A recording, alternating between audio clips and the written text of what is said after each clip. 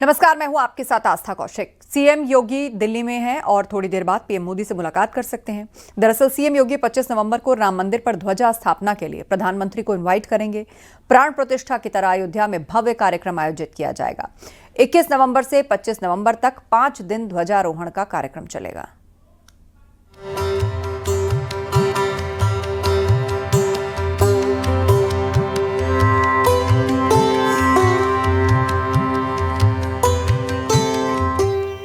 अयोध्या में राम मंदिर के शिखर पर ध्वजारोहण कार्यक्रम की तैयारियां तेज हो गई हैं। पीएम मोदी और आरएसएस प्रमुख मोहन भागवत इस कार्यक्रम के चीफ गेस्ट होंगे। 25 नवंबर को राम मंदिर के शिखर पर 22 फीट लंबा और 11 फीट चौड़ा ध्वज फहराएंगे। भगवान राम की नगरी में भव्य मंदिर के निर्माण का कार्य लगभग पूरा हो चुका है और मंदिर निर्माण की पूर्णता का संदेश देश के प्रधानमंत्री 25 नवंबर भगवान श्री सीताराम विवाह पंचमी के शुभ तिथि के मौके पर पूरे दुनिया को देंगे। इस मौके के भव्य आयोजन की तैयारी हो चुकी है। 22 फीट लंबा और 11 फीट चौड़ा केसरिया रंग का ध्वज भगवान रामलला के मंदिर के शिखर पर लहराएगा। ये समारोह भव्य प्राण प्रतिष्ठा समारोह की तरह ही भव्य होगा और राम मंदिर का निर्माण कार्य पूरा होने का प्रतीक भी होगा। अयोध्या में इस आयोजन के लिए 25 नवंबर को बीजेपी नेताओं का बड़ा जमावड़ा लगेगा। श्री राम जन्मभूमि तीर्थ क्षेत्र ट्रस्ट के मुताबिक राम मंदिर में लगने वाले ध्वज की कई विशेषताएं हैं। भगवा रंग के ध्वज में रामायण में वर्णित सूर्य, ओम और कोविदार वृक्ष के प्रतीक होंगे। अयोध्या में राम मंदिर के 161 फुट ऊंचे शिखर पर लगे 42 फुट ऊंचे खंभे पर इसे फहराया जाएगा। 5 दिवसीय समारोह 21 नवंबर से शुरू होगा और 25 नवंबर को ध्वजारोहण के साथ संपन्न होगा। ध्वजारोहण समारोह में 10,000 से ज्यादा मेहमान आ सकते हैं। राम मंदिर परिसर के 6 अन्य मंदिरों और शेषावतार मंदिर पर भी ध्वजारोहण किया जाएगा। ये भगवान शिव, गणेश, सूर्य, हनुमान, माता भगवती और माता अन्नपूर्णा के मंदिर हैं। नवंबर माह में अब प्रधानमंत्री जी आएंगे और उनकी तिथि भी तय हो गई है 25 नवंबर को और ध्वजारोहण होगा। कार्यक्रम जो होगा उनका वह जीरो टॉलरेंस जीरो फेलियर का होगा, तो इसलिए हम सभी को बहुत बड़ी जिम्मेदारी निभानी है। ध्वजारोहण समारोह को अयोध्या और काशी के आचार्य अनुष्ठान संपन्न कराएंगे। राम मंदिर के शिखर पर लगा ध्वज स्तंभ 360 डिग्री घूमने वाले बॉल बेयरिंग पर आधारित होगा। इससे ये सुनिश्चित होगा कि ध्वज 60 किलोमीटर प्रति घंटा तक की तेज हवा के वेग को झेल सके और आंधी तूफान में उसे कोई नुकसान ना हो। ध्वज के कपड़े की गुणवत्ता और उसकी आंधी तूफान में सहन क्षमता की जांच कराई जा रही है। यह ध्वजारोहण मंदिर का निर्माण कार्य पूर्ण होने का चिन्ह होगा। यद्यपि मंदिर परिसर में अन्य कार्य चलते रहेंगे, लेकिन मंदिर के विधि विधान के जितने भी निर्माण कार्य है वे उस दिन पूर्णता को प्राप्त होंगे। पीएम मोदी राम मंदिर पर ध्वज को फहराएंगे। इस दौरान राम मंदिर समेत सभी 8 मंदिरों में विशेष पूजा अर्चना और हवन किया जाएगा तथा अन्य अनुष्ठान भी किए जाएंगे। ध्वज के लहराने के साथ पूरे विश्व को 500 वर्षों के संघर्ष के सुखद परिणाम से अवगत कराया जाएगा, यानी कि भगवान राम के मंदिर की पूर्णता का संदेश पूरे विश्व को देश के प्रधानमंत्री अयोध्या से देंगे। सहयोगी सर्वेश के साथ Nimit Goswami, news 18 Ayodhya. Noida international airport के उद्घाटन का बेसब्री से इंतजार हो रहा है, जिसमें अब काफी कम वक्त रह गया है। दिसंबर से पहली उड़ान शुरू हो जाएगी। सीएम योगी ने आज नोएडा इंटरनेशनल एयरपोर्ट का हवाई निरीक्षण भी किया। आज ही मुख्यमंत्री दिल्ली में पीएम मोदी से मुलाकात कर एयरपोर्ट के उद्घाटन के लिए उन्हें आमंत्रित भी कर सकते हैं।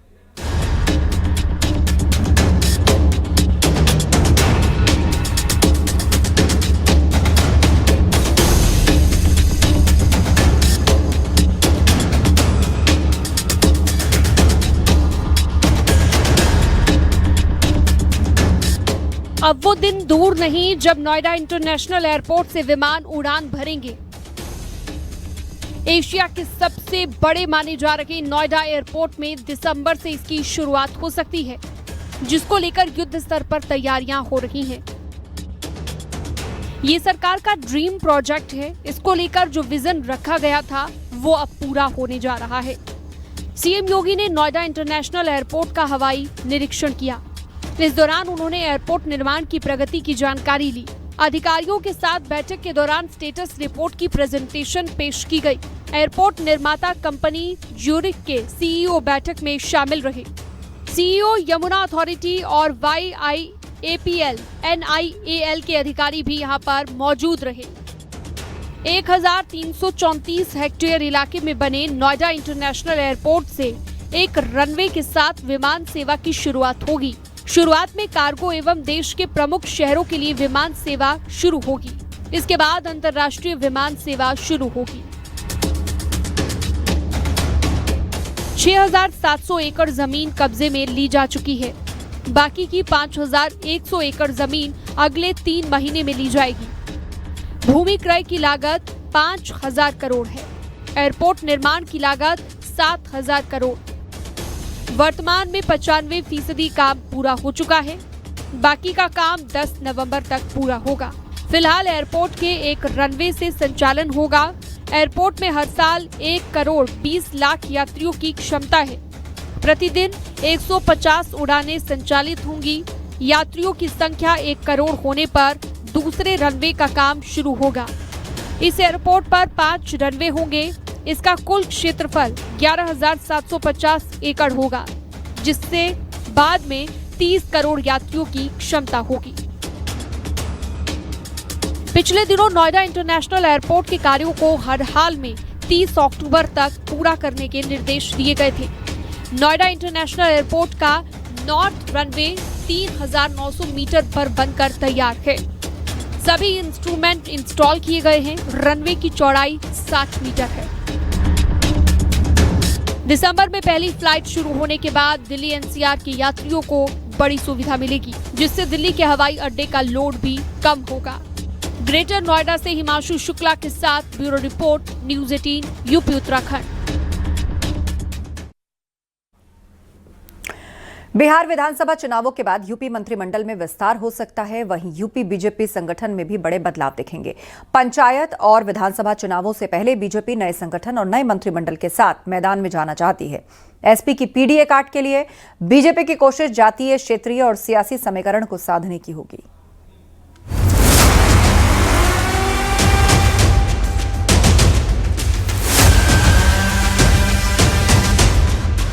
बिहार विधानसभा चुनावों के बाद यूपी मंत्रिमंडल और बीजेपी संगठन में बड़े बदलाव की तैयारी है। पंचायत और विधानसभा चुनावों से पहले बीजेपी नए संगठन और नए मंत्रिमंडल के साथ चुनावी मैदान में होगी। जातीय, क्षेत्रीय और सियासी समीकरणों को साधते हुए बीजेपी यूपी में नए कलेवर में नजर आएगी। दरअसल बिहार विधानसभा चुनाव के बाद भारतीय जनता पार्टी के संगठन में फेरबदल होना है और उत्तर प्रदेश के मंत्रिमंडल विस्तार होना है और वहीं कई मंत्रियों के विभागों में बदलाव होना है। तो कई मंत्रियों की छुट्टी होनी है। कई मंत्री संगठन से जो पदाधिकारी हैं ये मंत्री बनेंगे, सरकार में जाएंगे और कई मंत्री सरकार से संगठन में आएंगे। यानी कि बड़ी संख्या में फेरबदल तय माना जा रहा है उत्तर प्रदेश भारतीय जनता पार्टी के संगठन में और उत्तर प्रदेश के मंत्रिमंडल में। बिहार चुनाव के बाद यूपी में बीजेपी संगठन में बदलाव को लेकर समाजवादी पार्टी ने बीजेपी पर निशाना साधा है। भारतीय जनता पार्टी ने जनता के साथ धोखा किया है। वो संगठन में क्या करें नहीं करें इससे जनता को कोई मतलब नहीं है। जनता को चाहिए थी कि उनकी महंगाई कम होनी चाहिए थी, उनको रोजगार मिलना चाहिए था, उनको न्याय मिलना चाहिए था, मेडिकल फैसिलिटी मिलनी चाहिए थी, किसानों की इनकम बढ़नी चाहिए थी, एजुकेशन व्यवस्था अच्छी होनी थी, इंफ्रास्ट्रक्चर अच्छा होना था, जो उनको नहीं मिला। उनको दवा बिजली समय से नहीं मिली।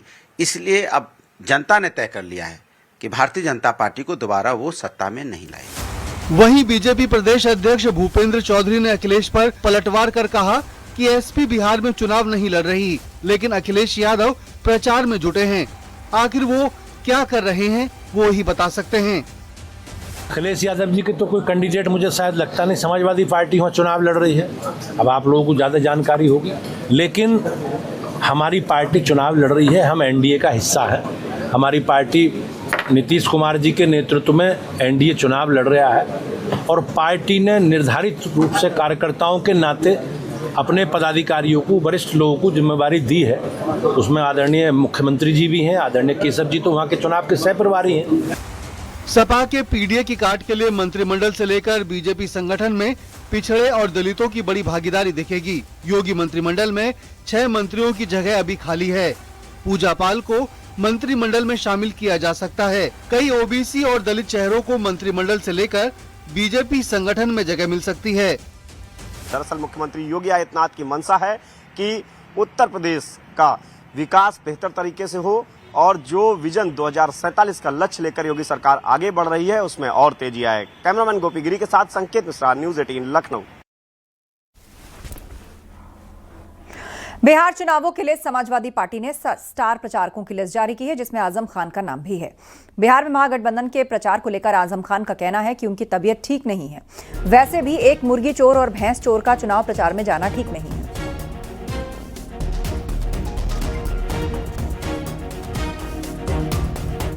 अब मेरा स्वास्थ्य पहले ठीक हुई, क्योंकि तबीयत ठीक नहीं है। मैं दिल्ली आया हुआ था, वहीं से नियत करी कि मैं।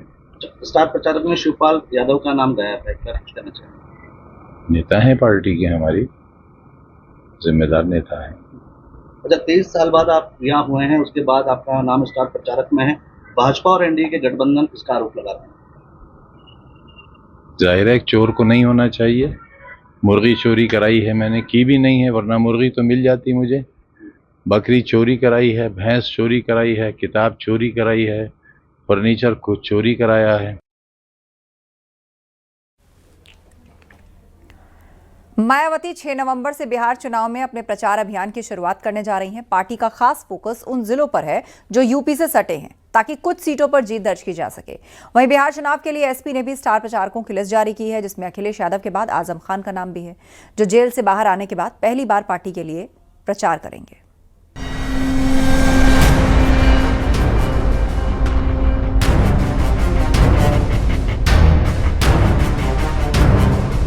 बिहार में इस बार बीएसपी पूरी तैयारी के साथ चुनावी मैदान में उतरने जा रही है।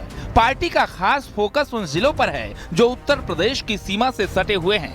बीएसपी की कोशिश है कि इन इलाकों में मजबूत पकड़ बनाकर अपना खाता खोला जाए और कुछ सीटों पर जीत दर्ज की जाए। बसपा की राष्ट्रीय अध्यक्ष मायावती आगामी 6 नवंबर से बिहार चुनाव में अपने प्रचार अभियान की शुरुआत करने जा रहे हैं। इस बार पार्टी का फोकस यूपी बॉर्डर से सटे जिलों पर है, जिसके लिए गोपालगंज, सिवान, कैमूर, बक्सर जैसे जिलों में संगठन को मजबूत करने और दलित वोट बैंक को एकजुट करने की कोशिश की जा रही है, ताकि इन सीटों पर जीत दर्ज की जा सके। बीजेपी का कहना है कि बिहार चुनाव में बीएसपी का खाता खुलना भी मुश्किल है। बहुजन समाज पार्टी एक राजनीतिक दल है, अपने संवैधानिक अधिकारों के तहत वहां चुनाव लड़ सकती है, लेकिन खाता खुलना वहां संभव इसलिए नहीं है कि बिहार की जनता ने भाजपा राजग को छोड़ के सबके खाते को क्लोज कर दिया है। वहीं एसपी और कांग्रेस का कहना है कि बीएसपी और मायावती ने अपने मिशन को बीजेपी के हाथों भेज दिया है। वहीं राजनीति के जानकार मानते हैं कि बेहतर नतीजों के लिए मायावती को बिहार चुनाव में पूरी ताकत झोंकनी होगी। और पिछले दिनों जो मायावती ने लखनऊ में तमाम सारे पदाधिकारियों से बात की, सम्मेलन किया, शक्ति प्रदर्शन किया, उससे उनके समर्थकों में और कैडर में एक उत्साह तो बढ़ा ही है कि भले ही मायावती और उनकी पार्टी सत्ता में ना हो, सीटें ना हो उनके पास, लेकिन अभी भी दमखम है और अगर सही लीडरशिप मिले तो पार्टी कुछ कर सकती है, तो कुछ कर सकती है। बिहार चुनाव से पहले समाजवादी पार्टी ने स्टार प्रचारकों की लिस्ट जारी कर दी है। समाजवादी पार्टी बिहार चुनाव में इंडिया गठबंधन के प्रत्याशियों के समर्थन में प्रचार करेगी। सपा प्रमुख अखिलेश यादव, सपा वरिष्ठ नेता आजम खान, सांसद राजीव राय, इकरा हसन, प्रिया सरोज समेत 20 लोगों के नाम शामिल हैं। ऐसे में बिहार चुनाव में यूपी की सियासत का जोरदार रंग देखने को मिलेगा। Bureau report, news 18। Uttar Pradesh लोक सेवा आयोग ने एक बार फिर से भर्ती परीक्षाओं में पूछे जाने वाले सवालों में गड़बड़ी को लेकर बड़ी कार्रवाई की है। आयोग ने 315 विषय विशेषज्ञों को पैनल से बाहर कर दिया। आयोग ने विशेषज्ञों के खिलाफ बीते 3 साल में ये तीसरी बड़ी कार्रवाई की है। इससे पहले आयोग ने 30 जुलाई 2023 को 100 और 22 अगस्त 2022 को लगभग 80 विशेषज्ञों को पैनल से बाहर कर दिया था, लेकिन इस बार की गई कार्रवाई सबसे बड़ी कार्रवाई मानी जा रही है। पीसीएस 2024 समीक्षा अधिकारी और सहायक समीक्षा अधिकारी 2023 की भर्ती परीक्षा में गलत क्वेश्चंस को लेकर भी छात्रों ने काफी विरोध किया था।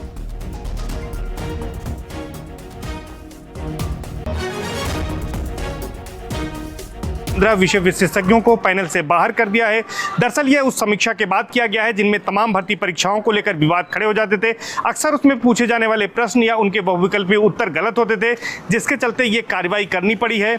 इसके पहले भी 2023 में 100 विशेषज्ञों को पैनल से बाहर किया गया था और 2022 में 80 विषय विशेषज्ञों को पैनल से बाहर करने की आयोग ने कार्रवाई की थी। दरअसल हर बार समीक्षा की जाती है और समीक्षा के बाद इस तरह के निर्णय आयोग की ओर से लिए जाते हैं। खासतौर पर पीसीएस 2024 और आरओ 2023 की जो भर्तियां थी उनमें तमाम प्रश्नों को लेकर विवाद खड़ा हुआ था। इस तरह से अभ्यर्थियों ने आयोग के समक्ष प्रदर्शन भी किया था और उसी के चलते ये बड़ी कार्रवाई की गई है। आयोग की ये मंशा है कि जो भी भर्तियां हों उनमें जो सवाल पूछे जाएं वो तर्कसंगत हों, इसके साथ साथ उसमें कोई त्रुटि ना हो। तो पारदर्शी ढंग से इस व्यवस्था को बनाने के लिए इस तरह की बड़ी कार्रवाई की गई है। सर्वेश दुबे, न्यूज़ 18 प्रयागराज। संभल में बहुप्रतीक्षित 24 कोसीय परिक्रमा शुरू हो गई है। हजारों श्रद्धालु परिक्रमा कर रहे हैं। संभल के 87 देवतीर्थों की परिक्रमा कर रहे हैं और परिक्रमा को लेकर लोगों में बहुत जोश है। प्रशासन ने भी पुख्ता इंतजाम किए। 40 गांव से परिक्रमा यात्रा गुजरेगी और मान्यता है कि वंश गोपाल तीर्थ पर मन्नत मांगने से संतान सुख की प्राप्ति होती है।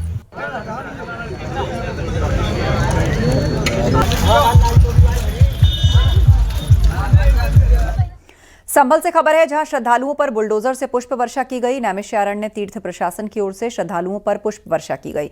24 कोसीय परिक्रमा के दौरान पुष्प वर्षा की गई।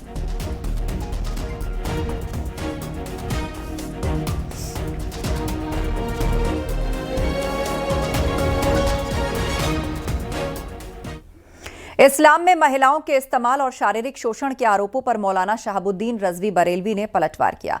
उन्होंने कहा कि इस्लाम में महिलाओं को सबसे ऊंचा दर्जा है, ये सिर्फ बदनाम करने वाले आरोप हैं। इस्लाम ने जो मकाम औरतों को दिया वो मकाम कहीं और दूसरी जगह नहीं मिलेगा। बहुत पहले जब मुस्लिम शासन हुआ करता था तो महिलाएं कलीदी ओहदों पर हुआ करती थीं।